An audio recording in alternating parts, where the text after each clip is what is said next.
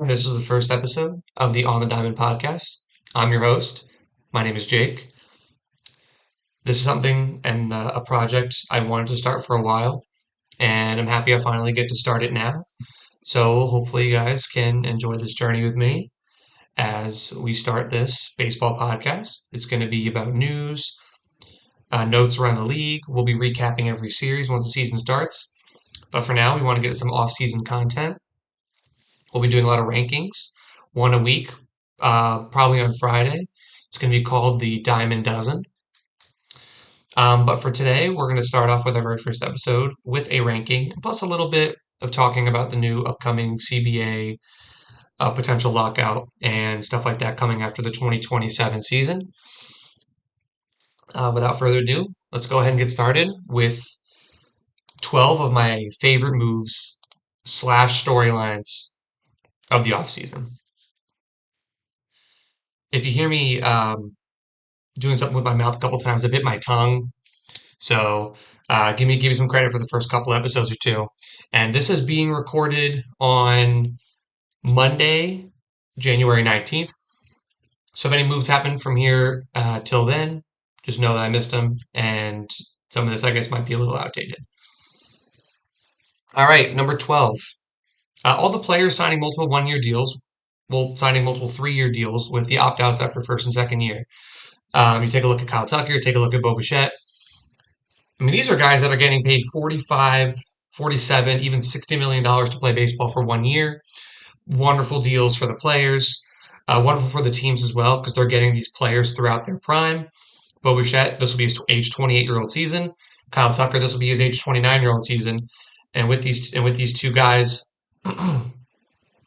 as young as they are, even if they're not worth the 47 to 60 million or wherever in that range, I don't know if Cody Bellinger is going to sign for a short-term deal like that. I could definitely see him signing for a 4-year 150, 3-year 120, even 2 year 75. So we'll see what Cody Bellinger ends up signing for. But I think that's going to be a theme. I think Framber's going to sign for that as well. I know he's a little bit older at 32 years old, but with the lockout looming, I think teams are wondering about potentially missing games and paying these players a lot of money, a lot of long-term money for games that they're not even going to play. So I think this is really smart by both sides, and I would expect more of these to happen, especially as we go throughout the offseason. Even those guys that were supposed to make 2-year deals, like a Zach Littell, pitchers like that, I could see him definitely going for a 1-year high AAV, somewhere around $20 million. Number 11 is baseball writers and media members refusing to put the Brewers higher than fourth place in the division. They make no moves every single year. I'm seeing these baseball writers put the Brewers at fourth place behind the Cubs, Reds, and Pirates. Apparently, they're a wild card team now. Sure, it happens every year. The Brewers are never placed the playoff hunt. I'm tired of seeing videos at the end of the year saying, "Oh man, I missed on the Brewers this year." Let's not putting them in fourth place. They will be in first place when I do my rankings in a couple months. Number 9, the Cincinnati Reds didn't pay Kyle Schwarber an extra $5 million a year so they can have Sal Stewart at DH. They were never going to pay Kyle Schwarber what he was actually worth.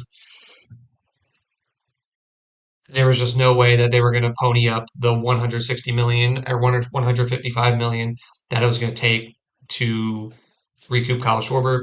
I get it, hometown kid. You wanted the image of buying, which is why I think they put out the thing for Elly De La Cruz about how they offered him the most money of any Red player in history. Um, I mean, if you just take a look at their roster, their outfield situation is T.J. Friedel, Noelvi Marte. I mean, do these guys excite you where you can't move Sal Stewart to the outfield or even move Kyle Schwarber to left field? I mean, this is an impact bat on your roster. You have the pitching that you need. The fact that you couldn't sign Kyle Schwarber and pay him extra $5 million a year, that's unacceptable to me. But I do see it as a great move because the Reds get to save a little money. The Reds get to save a little money. All these owners are really poor. They might be the poorest one. Only $400 million. Boo hoo.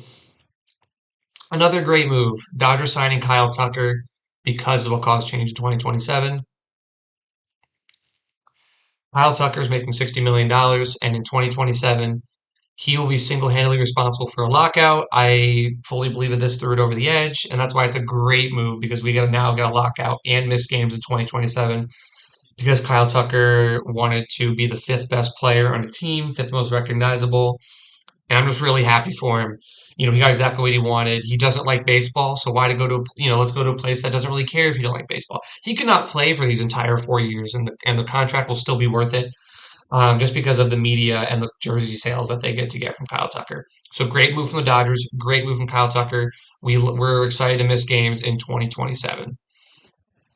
A bad team staying out of MLB free agency.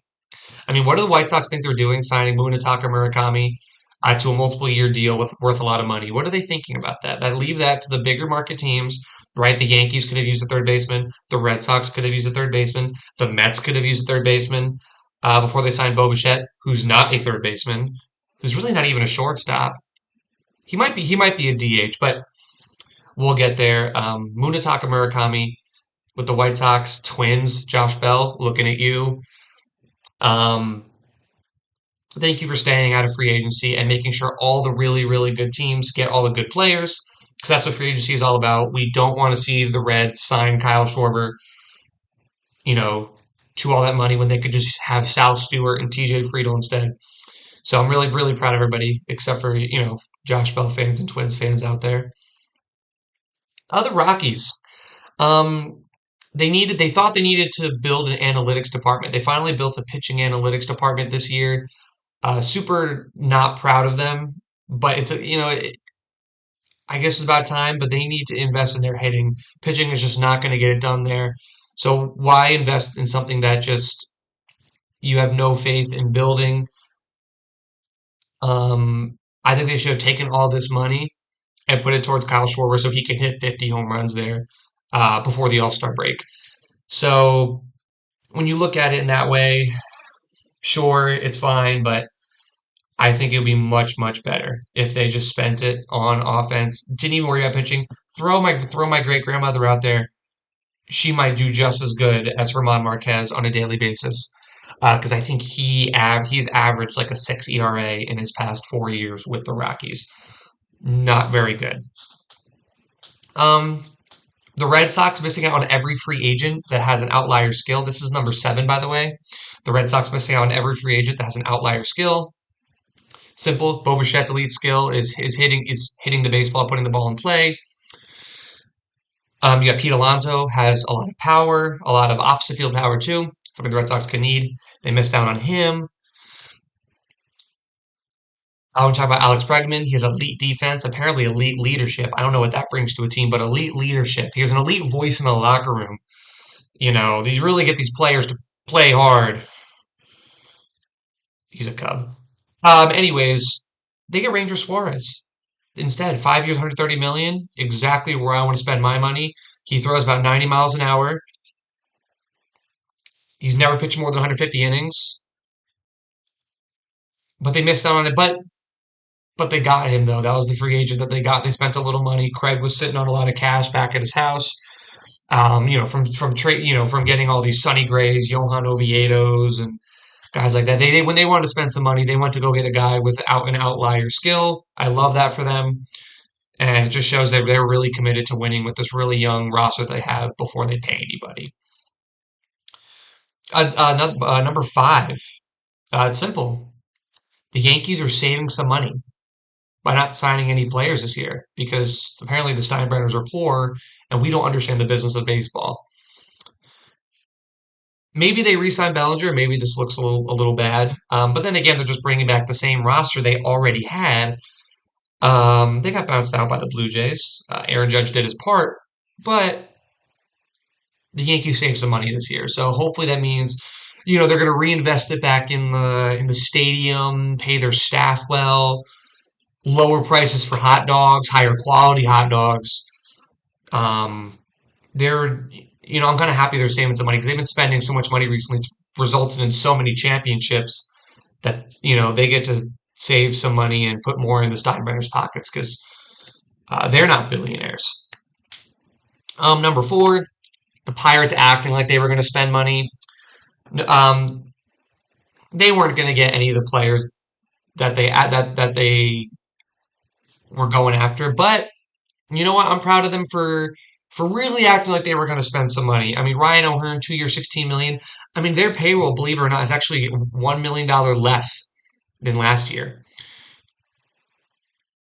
So they're acting like they're going to spend money. Maybe this is a step in the right direction to maybe spending some money soon, right? It's baby steps. You go 25 years without spending money, making the playoffs twice. Now we're going to go to the next. Now we're going to go the next 25 years with acting like we're going to spend money, and then maybe after that, maybe you'll spend 25 years spending. Maybe we'll finally break our old free agent contract record of Ivan Nova back in 2016 or Francisco Liriano, whichever one is the largest. Maybe we'll finally break that in about 50 years. But we're getting there, though. This is a huge step in the right direction. Super proud of the Pirates. They act like they were going to spend money. They've never done this, so I'm really proud of them. I'm sure Garrett Cole and Tyler Glasnow and Austin Meadows and all these other guys that went through their system are kicking themselves right now because they're about 5 years too late about the Pirates acting like they were going to spend money. Number three, the Athletics not being able to use the name Athletics. This is great for me. You know, this allows them to change the name as they've always wanted to do. That was the huge reason why they're moving out here. Not because the owner wanted to move to Vegas and, not because the owner's bad, doesn't want to pay his players and nothing. None of that even looks bad or look. They're not able to use the name Athletics. Like I think that was what they were going for because I refuse to believe that they weren't doing any research ahead of time to seeing if this was something that they could copyright in any way or use the name of. I refuse to believe that. So the fact that they're able to do this, it's just a huge marketing ploy for a huge rebrand that's coming in 2026 or 2027. We'll see when the next time they're able to do that is, but I'm really, really, really proud of them. This is a huge marketing win for the Athletics. Another way to just not, pay their players any money. Number two, simple. Whoever signs Emmanuel Clase and Luis Ortiz, I get it. I get it. They can't play right now. But what if they started gambling on their team to win and throw strikes? Then it's a win-win because they're going to win a lot of money and you're hypothetically going to win a lot of games, right? Emmanuel Clase, 102 mile an hour cutter, 92 mile an hour slider. Luis Ortiz, Emmanuel Clase is really good at baseball. He was honestly on pace to break the all-time saves record, but once he gets back in the league from gambling, which they often do, I think he's gonna be a really great addition because maybe you can get him to gamble on throwing strikes and getting players out and not giving up home runs in the ALCS to Juan. I don't know if it's to Juan Soto, but he gave a couple big home runs in that series. Number one, whoever signs professional woman respecter, Marcell Ozuna. Really simple. Um, he's mischaracterized. He's misunderstood. The fact that he's being blackballed from the MLB right now leaves a kind of a hole in my heart, but I truthfully do believe that somebody is going to sign him um, because of the character he is. I mean, he's been on the Braves for a couple of years now. Nothing's really went wrong. They won a lot of games last year. I'm sure that clubhouse morale was really really high. He just looks like the type of guy that would bring Fortnite into the locker room, and everybody's gonna have a good time. Maybe they'll have like a dinner with their wives, and maybe it'll be like a costume party, so his wife can kind of like because I heard his wife loves to dress up as like a beaten woman. Um, so I think whoever signs Marcelo Ozuna is getting a real clubhouse culture magnet. I mean, this guy is going to bring clubhouse together better than Alex Bregman on steroids. I mean, this guy tries. He plays hard. He's in shape. He's basically like the Dominican Pete Rose. The Yeah, the Dominican Pete Rose, and I want this guy on my ball team. If the Yankees ever get a chance to sign this guy, man, I'm gonna be head over heels. Who needs Giancarlo Stanton when you have Marcell Ozuna?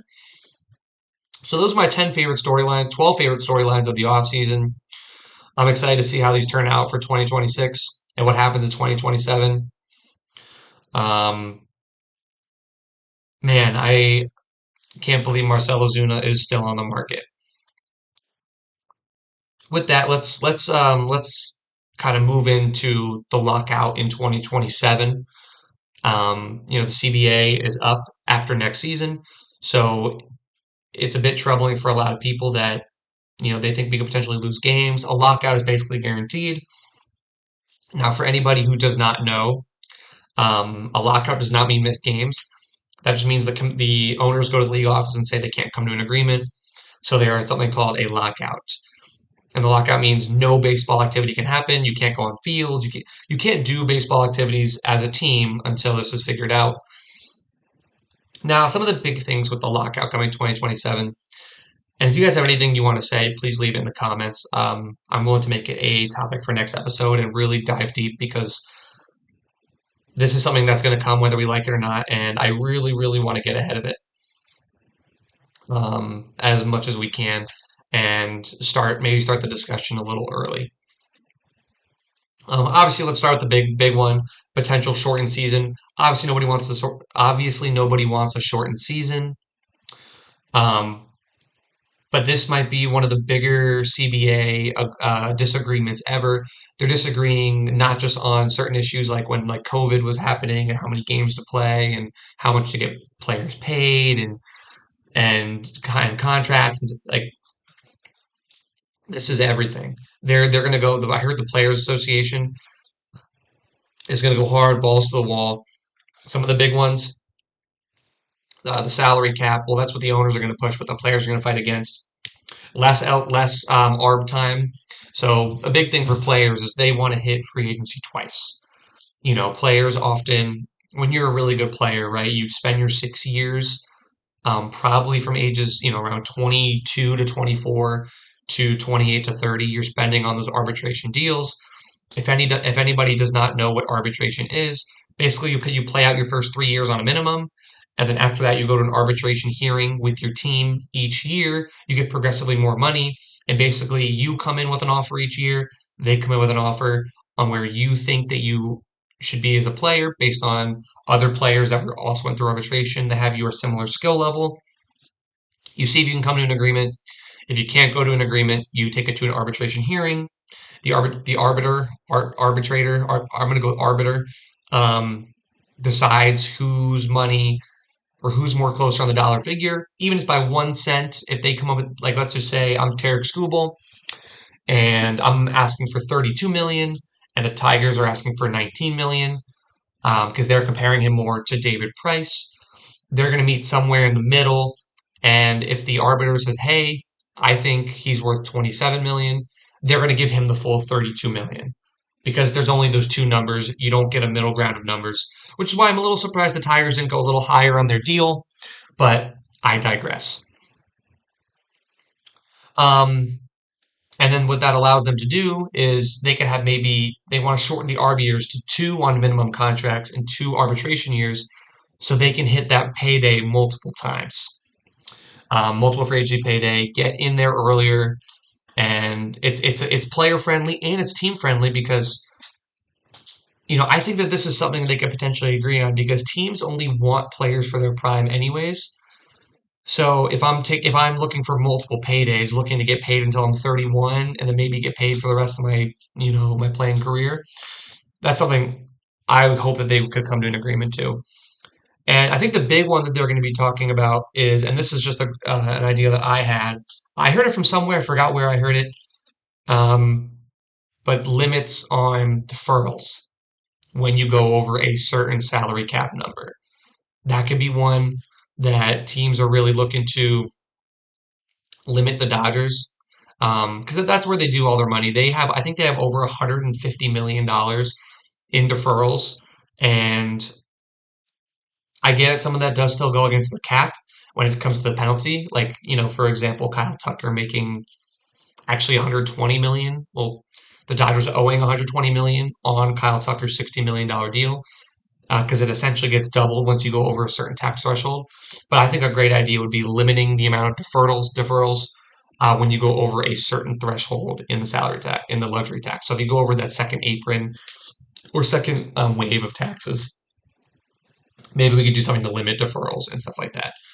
So that would be a great idea for the future. But what does this mean? Why do I think that we are going to miss games? Because I don't think they're I think that those are three huge issues that there just won't be any agreement on. It sucks, right? Because Major League Baseball has had great momentum, with the ratings of the World Series being the highest they've ever been. I believe in the last 25 years. And base and the just overall the watchability of baseball with the bigger bases, the pitch clock. Baseball's in right now. Baseball's in. And with that, I really don't think Major League Baseball is going to want any kind of shortage because of the momentum. But that's how strong I think that these reasons are for the players. Um, I think the salary cap is going to be the biggest issue. I think the owners are going to push for it. The other 28 owners that are not Steve Cohen and the Guggelheim group, because Steinbrenner's not there anymore because he's poor. Um, I think that's going to be some players might agree on the salary cap, but then owners are probably going to say, well, okay, well, we also need a salary floor. And then they're like, okay, well, now I need to limit how many years we can put on contracts. And now I need to limit the AAV that we need to put on contracts. And then now we need to limit the amount of deferrals we can do once we go over that second tax threshold. And then we need to worry about our current situation because we can't implement that now because the Dodgers would already be so far over that cap. And then we need to figure out, the arbitration years. Are we going to do two arbitration years, two regular years? Or are we going to keep it the same as it is now? So we have so many things to change about the system that I do think it's going to take a long time because the MLBPA and the MLB, along with Rob Manfred, with Dirty Rob, are going to take a while on this. They're really, really going to try to get everything they want. I'm sure they're negotiating as we speak, and we haven't heard anything. And that really shows to me that this is going to take a very long time, unfortunately. I wonder how this is really going to affect free agency as well. When you look at free agency next offseason, it could be similar to what happened in 2021 when we had that CBA disagreement then, right? Where basically we had a December 1st deadline, and basically you saw a flurry of players signing before that deadline. And we saw that deadline be massive because some players they signed before December 1st, waited all the way till June to play baseball. A lot of these guys didn't even know if they were going to have a job. A lot of these fringe major leaguers, you know, um, I know Emilio Pagan, I think signed a deal that offseason. He's a guy that, a lot of these fringe players like a Zach Littell now, these guys could be guys that are going to sign before whatever they set the limit for after this World Series and baseball season. So it's going to be really interesting to see and monitor over the coming weeks and months. But with that, we are going to conclude our first episode of the On the Diamond podcast. Um, I am your host, Jake, and it was a pleasure having you guys. And have a great day and enjoy your Monday. Thank you.